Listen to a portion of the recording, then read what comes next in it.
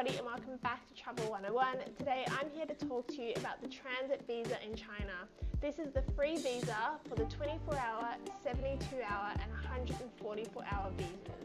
I've actually done this trip twice and entered both times to transit on a 24-hour visa, so I just wanted to run you through my most recent experience to give you guys a bit of a rundown on how it actually works. Now, on my recent trip to Europe, I flew Air China with a 20-hour layover in Shanghai airport. So I decided to try the whole transit visa thing to see how easy it was. I'll link my Air China flight details and the transit hotel I decided to stay at the end so you can have a look. I've seen a lot of people say they had a terrible experience, so I was prepared for the worst and did a lot of extra research.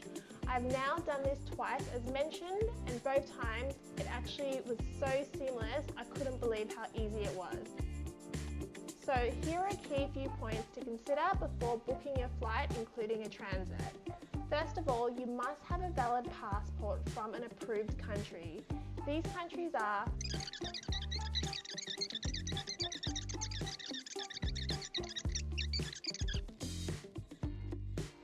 I will link those countries below as well.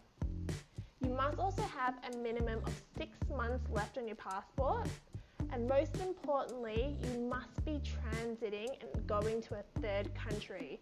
In my case, I was flying Melbourne to Shanghai and then to Barcelona. So if you're planning on just flying from, for example, Melbourne to Shanghai and then back to Melbourne, you will actually be denied entry because this is not a transit. Once you arrive, you need to go through the mandatory foreign fingerprint self-collection area. After that, simply follow the signs for the foreign visa on arrival. There, you will find a blue form that you'll need to fill in and then take that to the counter to be approved for your transit visa. Both times, they requested to see proof of an onward flight, and this could either be, in your case, an onward ticket or the flight reservation or booking that you've printed off, and they also requested to see where I was staying, and I actually had my hotel booking confirmation with me as well. After they checked all my documents and my passport, they handed me back part of the blue ticket, and then I was free to collect my luggage and enjoy my transit in China. So here are a few extra points to ensure this runs smoothly for you just as it did for me. Firstly, it's free.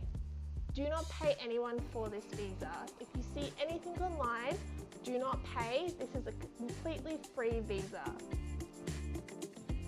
When you're in your origin country, make sure you tell the check-in counter that you're planning on transiting in China.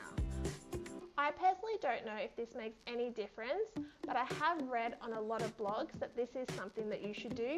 I did it and it seemed to work for me, so I do recommend mentioning it when you check in for your first flight. You must not leave the province you enter. So if you arrive in the Shanghai province, you must stay within that province and you cannot book tours or day trips that leave that province. You must have an onward ticket that leaves from the same airport you arrived in. For example, if you have arrived in Shanghai, you need to leave in Shanghai. You cannot leave from Beijing. You will be required to collect your luggage after your visa has been approved. Don't worry, most airports do have a luggage storage area if you have not booked a transit hotel.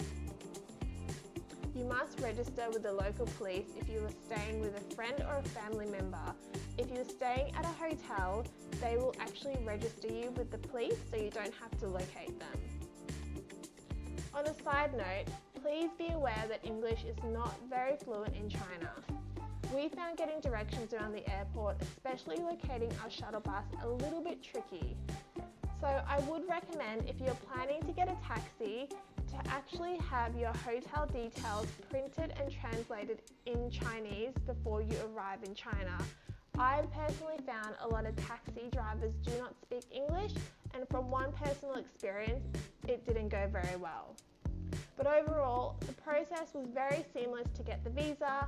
I have no idea why there are so many videos out there complaining about how tricky it is.